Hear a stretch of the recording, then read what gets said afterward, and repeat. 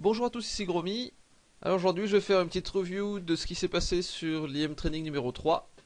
Comme ça j'aurai fait le tour de tous les trainings avant de commencer le 1er juillet le bloc d'apprentissage numéro 1 qui comprendra les trainings du 4 au 8.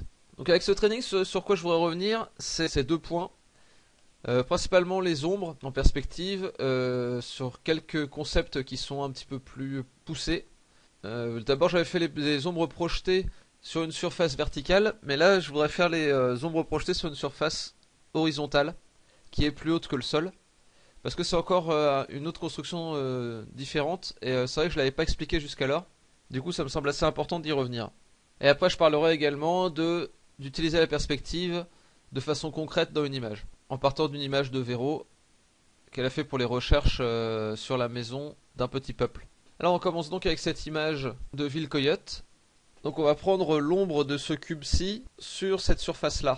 On va essayer de la calculer. Ça va nous donner un bon exemple. Donc on a notre source de lumière qui est ici. Donc en fait, comme quand on fait une ombre au sol, on part du sol et de la source de lumière pour trouver le point d'intersection. Là, il faut partir de ce qui tient lieu de sol. C'est-à-dire ce cube-là, il va tenir la position du sol. Donc il faut calculer son ombre par rapport à cette hauteur-ci. C'est-à-dire qu'il faut déjà reporter cette hauteur-là sur le lampadaire. Donc pour ça on fait la projection de ce côté du cube sur le lampadaire, qu'il va certainement falloir agrandir un peu l'image. Quand vous faites des trucs en perspective comme ça, n'ayez pas peur d'étendre les images, hein. C'est assez important la plupart du temps, on en a besoin. Donc là on étend l'image, on étend la ligne d'horizon, on part d'ici, on passe par le coin au sol, on l'emmène à la ligne d'horizon, et après on repart de la ligne d'horizon, on passe par le sommet et on le projette sur le lampadaire. Donc là on a la hauteur dont il faut tenir compte pour créer l'ombre du cube, de ce cube là à cette hauteur-ci, à la hauteur de cette face. Donc à partir de là on part de ce qui est maintenant la base, on passe par le coin inférieur bas du cube, donc on l'étend comme ça. Ensuite on part là, on passe par l'autre coin, comme ça là on a notre cône d'ombre. Cette face-ci est dans l'ombre et celle qui est derrière là-bas aussi. Ensuite on étire ce point là qui va atterrir ici. On passe par ce coin là-bas. On étire ici. Et on étire le coin là sur cette ligne. Voilà, donc a priori on aurait notre ombre qui ferait quelque chose comme ça. Si jamais la face était étendue plus que ça. Mais donc du coup, vu que ça ne va que jusqu'au bord, après l'ombre retombe au sol. Du coup, là on a juste cette ligne là qui compte, et après on a donc juste ça. Donc voilà, c'est comme ça qu'on calcule l'ombre au sommet d'un autre cube. Donc si c'est sur un escalier par exemple, il va falloir faire descendre petit à petit le point de base le long du lampadaire. Et ensuite, pour ce cube là, ce qu'il ne faut pas oublier, c'est que l'ombre par contre qui est projetée au sol de ce cube là, donc le cube lui reste le même, mais l'ombre projetée au sol, il faut partir de la base du coup. Il faut toujours partir du point de la surface sur laquelle l'ombre va être projetée. C'est-à-dire que là, vu que c'est projeté au sol, bah, il faut partir du sol, alors que tout à l'heure ça s'était projeté sur la hauteur du cube, donc du coup fallait passer par la hauteur du cube.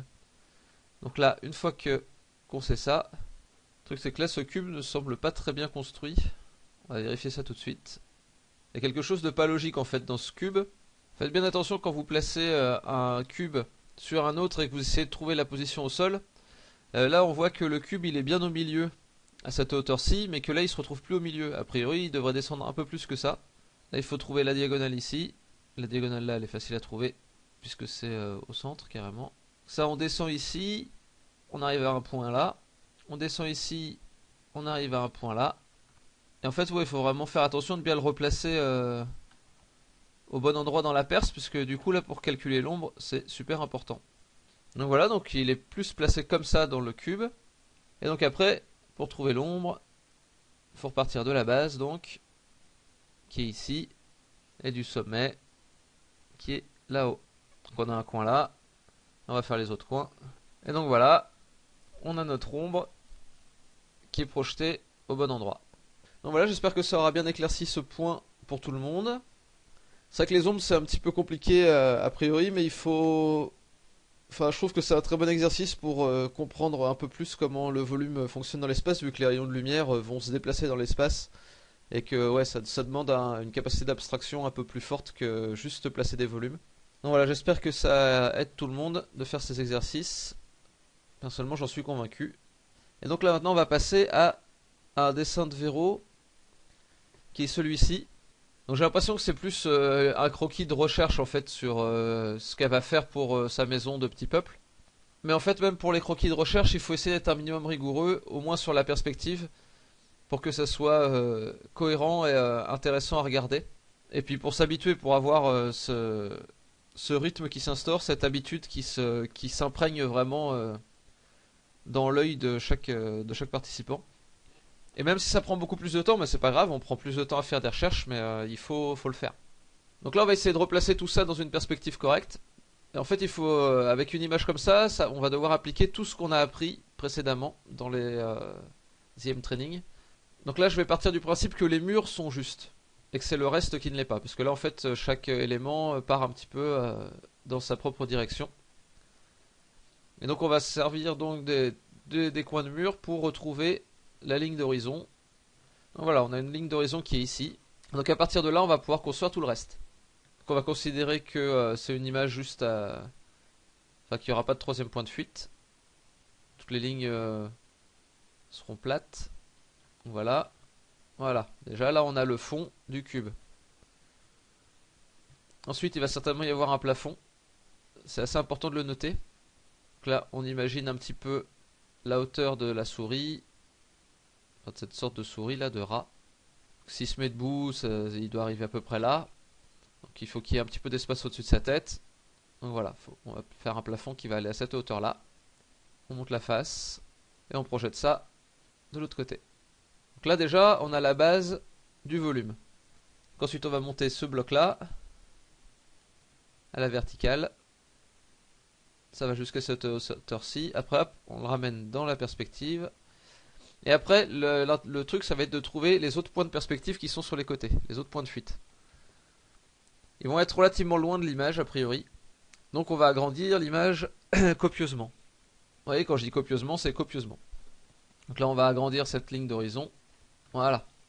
Ensuite, sur ce côté-ci, on va aller trouver un point de fuite qui va être loin pour éviter les distorsions.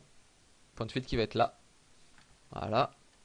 Et de l'autre côté, on va en trouver un qui va être à peu près à la même distance. Un peu plus près peut-être. Puisque là, vous voyez que ici, c'est presque de profil. Donc le point de fuite va être loin. Alors qu'ici, ça va être un petit peu plus de face.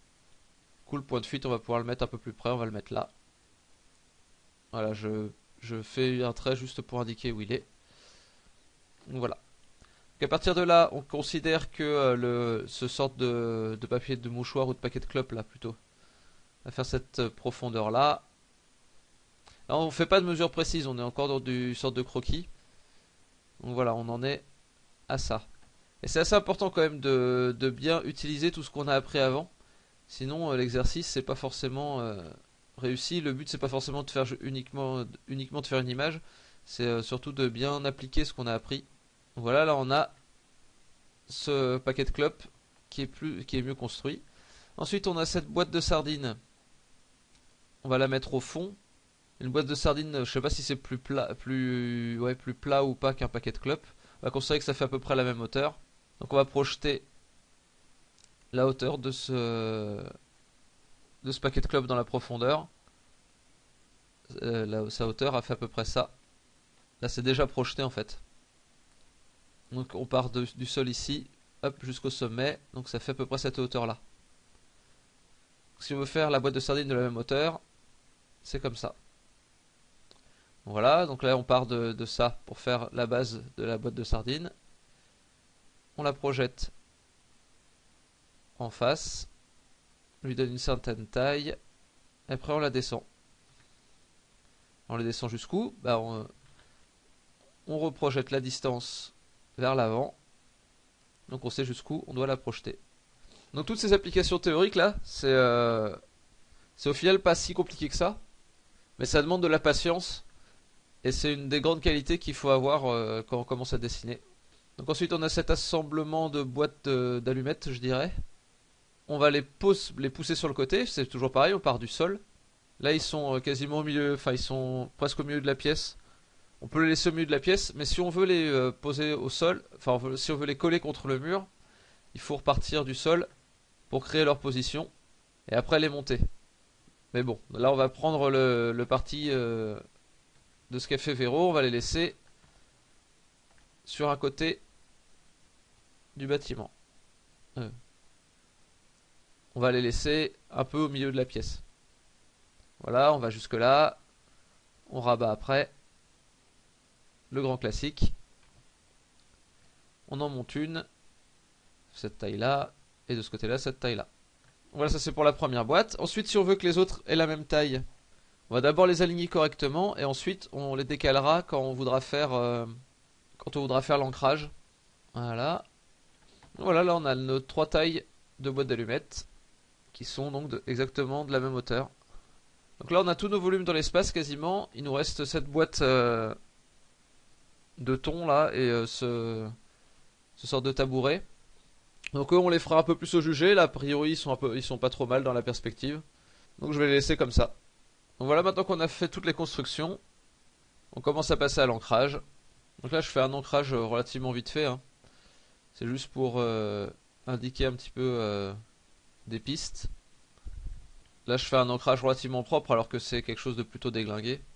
Mais après ça de toute façon c'est au bon vouloir de chacun l'ancrage. Je voulais préciser aussi, ça c'est pas forcément un drame hein, si vous y arrivez pas de façon extraordinaire. Déjà premièrement, la première fois c'est difficile de réussir parfaitement ce genre d'exercice. Là il faut vraiment replacer tout ce qu'on a appris avant, c'est relativement compliqué, c'est dans quelque chose qui doit avoir un peu une histoire. Il y a un design en plus d'avoir de la perspective, c'est vraiment un exercice compliqué. C'est pour ça que c'est un peu le test final du bloc 0. Mais après on va approfondir ce genre de truc. Là c'est pour donner un peu un aperçu de ce que vous allez pouvoir avoir dans les blocs 1 et suivants. Donc essayez de pousser un peu le truc pour vous donner un petit challenge à relever quand même. Et puis pour faire une belle image, si vous y arrivez bien, tant mieux. C'est tout bénef. Mais si vous y arrivez pas, perdez pas espoir. C'est pas, enfin voilà, c'est un exercice qui est relativement compliqué et qui est volontairement compliqué. C'est pour vous confronter un petit peu au monde réel entre guillemets du dessin, pour confronter un petit peu ce que vous avez appris avec une demande réelle. Et si vous y arrivez pas maintenant, bah, c'est pas forcément très grave.